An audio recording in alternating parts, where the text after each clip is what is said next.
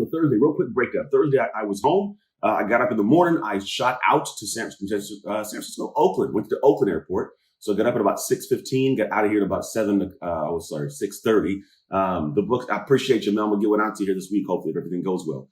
So got to the airport about, I want to say like 7:30. Got through the whole, security. I got to the actual gate at about 8 o'clock. Had a meeting at 8 o'clock. Wrong. I got to Pete's Coffee. I got my chai latte at about 8 o'clock. Sat down about 8:05 with my guys. And we did a meeting from 8 to 9 o'clock a.m., going through the concepts of what we're going to be building into for the next about 3 to 5 years. A lot of planning and strategizing, because I don't just randomly do stuff. I'm a builder, I'm a creator, but I like to make sure I'm doing it with a plan and a purpose, which we all should do. Then at 9 o'clock, got off the call. I sent it over to part of the team who's taking a look at it.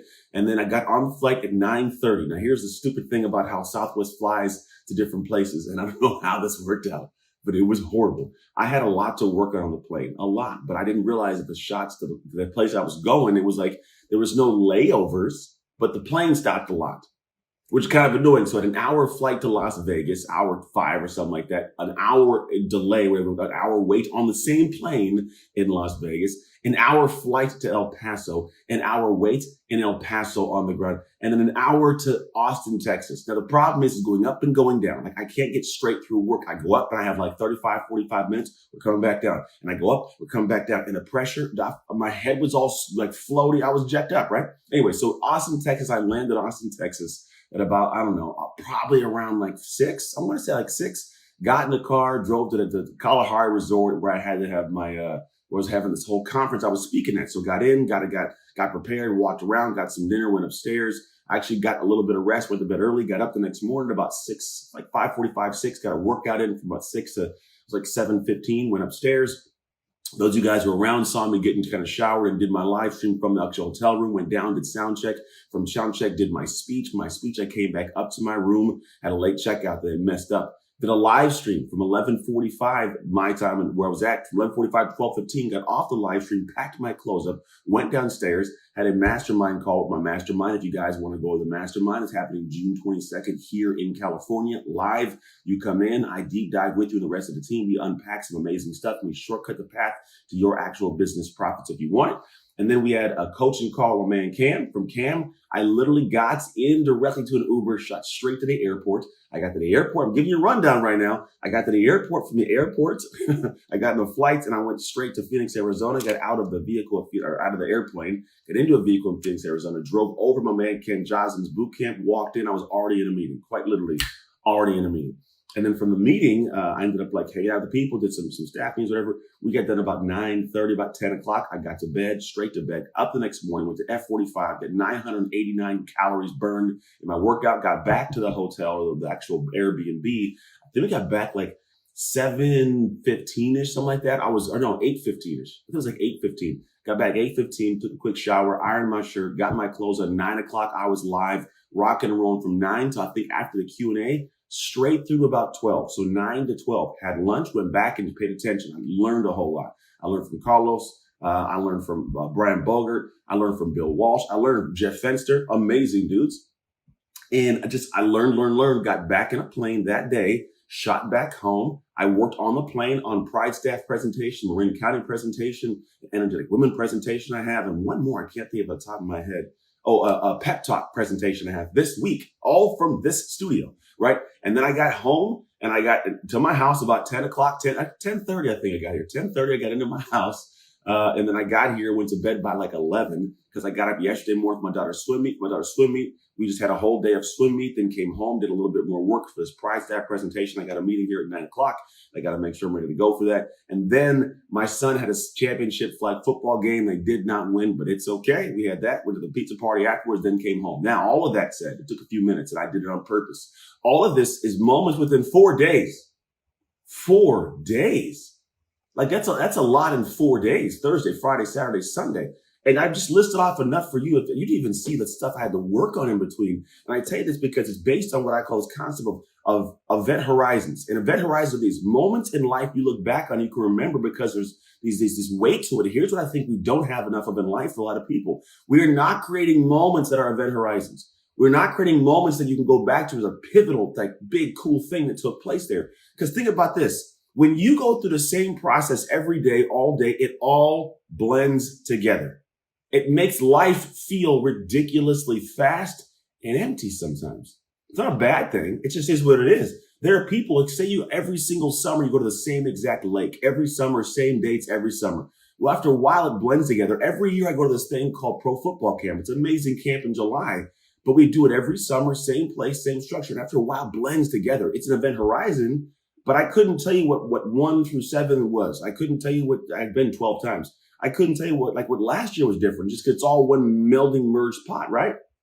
So I love to have these moments that are made in life to be different, that stand out, that are engaging, that create some new nuances that actually become this crazy. Like I just told you a whole 4-day story. But the idea is like you got to create a life where you're living in a multiple event horizons, because that makes life feel longer. That's the cool part about life, is it's a matter of perception. What do you see your life to be? Right? The idea is when it gets to these moments of like creating something cool and doing something great, it's like, it's not just a matter of doing these random things and somebody says busy much. It's not about being busy. It's about living life. I think there's something unique when you can engage and enjoy life of action, of activity, of different event horizons, that you actually get to look back in a life and go, man, that's a cool one. That was one that was fun. I want to tell stories about that thing.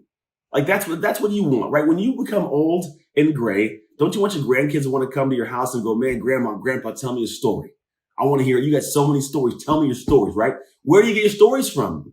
You don't get your stories from hanging around watching everybody else live their life. You get your stories from creating a life of your own and living that stinking thing, right? Doing different stuff where there's moments you can go back and go, that was cool, and that was cool, and that was cool, and that was cool, and that was all in 1 month.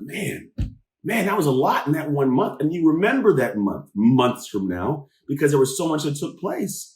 I can tell you about event horizon took place for speeches, for family, for things my son's done for track, things my wife has done for track, like even things that were bad, things that were not that fun in my life, right? But the idea is, good morning, Danny Trujillo, Latonia, I see you guys, Marvin Burns. The idea is to have these things in life where you're having these consistent memories. And I want you to think about this week, how can you create these memories for yourself? How can you create them for you? Because it's not going to happen on accident. Life has a great plan, but you got to live into that plan, right? And typically it means you got to go out of your comfort zone and go do some stuff. Ask for some things. Go have some conversations. Go introduce yourself to people. Go try new stuff. Go join that weird singles dating retreat, right? Go and hike that mountain with those people that want you to hike the mountain. Go and watch that concert, right? Whatever these things are, go do them. Because you can, go home, sit at home and chill out in front of the TV screen all day long. I promise it's great. But after a while, tell me what you watched last Wednesday. What'd you watch last Wednesday?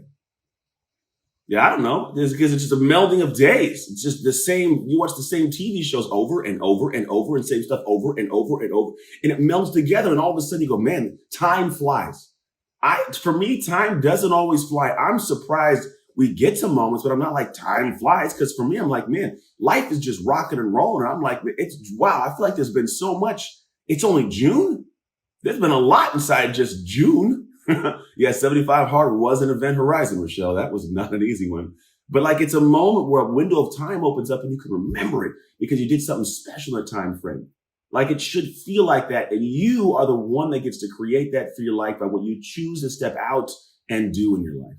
And life has, again, an amazing plan, but also amazing opportunities. So connect with your friends. Go reach out, say, hey guys, this weekend coming up, what can we do this weekend? Where can we go? Let's do something spontaneous.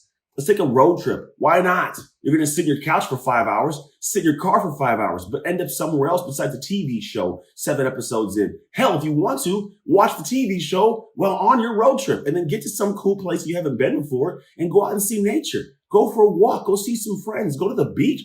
Go live a life.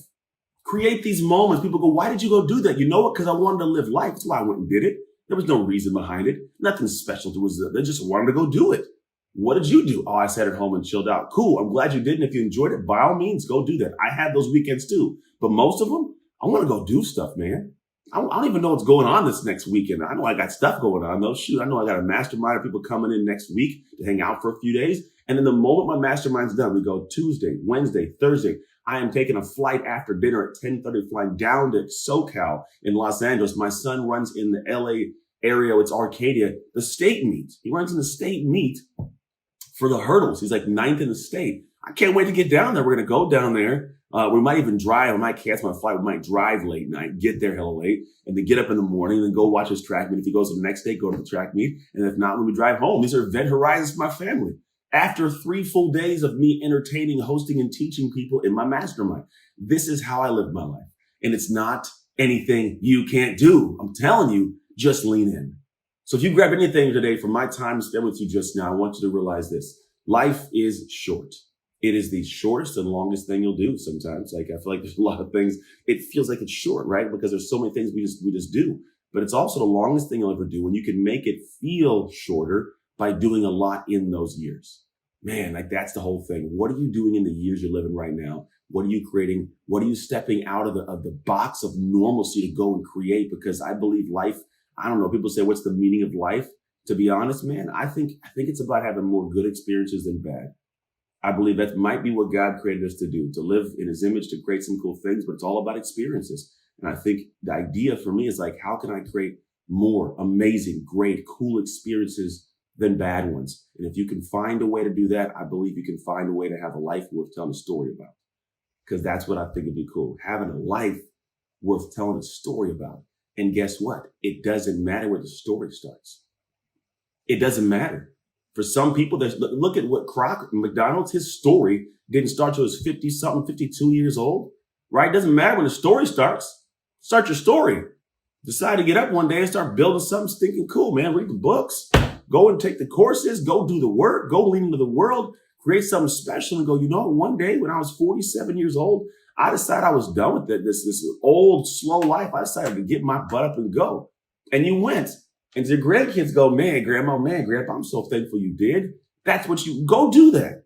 Because honestly, at the end of the day, the only other option is do the same thing every day, over and over, and then someday you die. Because we're all going to die. And on those days, man, when you've left this planet, what will people talk about? What story will they tell about your life? Heavy on a Monday. But it's a real thing I think about consistently. What story will people tell about Anthony, about his life, what he created, what he could do, how he showed up, how he loved, like how humble was he, how honest was he, how hardworking was he? Those are the things that I think about. 1,000 years from now, no one will know my name. I don't know. It's just the reality of it. 10,000 years from now, I've been told that we won't even be able to pronounce our language now. 10,000 years from now, my name won't be pronounceable just because how things progress through, just so we're aware. So the idea is not always just a matter of like, why legacy that lives on forever. Like, yeah, you can have that 100%. But for me, it's like, what am I doing now to live a life that people around me, close to me, can tell a story about, of like, that was damn cool, dude. He did some cool things, right? And I want that for you. I want that thought to seed into your brain today and find out if you can get to the point of like creating something cool by just living your life. It's what it is. It's not about going big every single day. My buddy Ken has his hat that's not in this room, but I wish it was, but it says incremental, not monumental. Increments, small things, stacked on top of each other, makes monumental progression. Not going big and wanting that big thing to make it a cool story. Live a life of consistent incremental growth in certain directions. You'll find some crazy cool things that happen because you just create what's called momentum.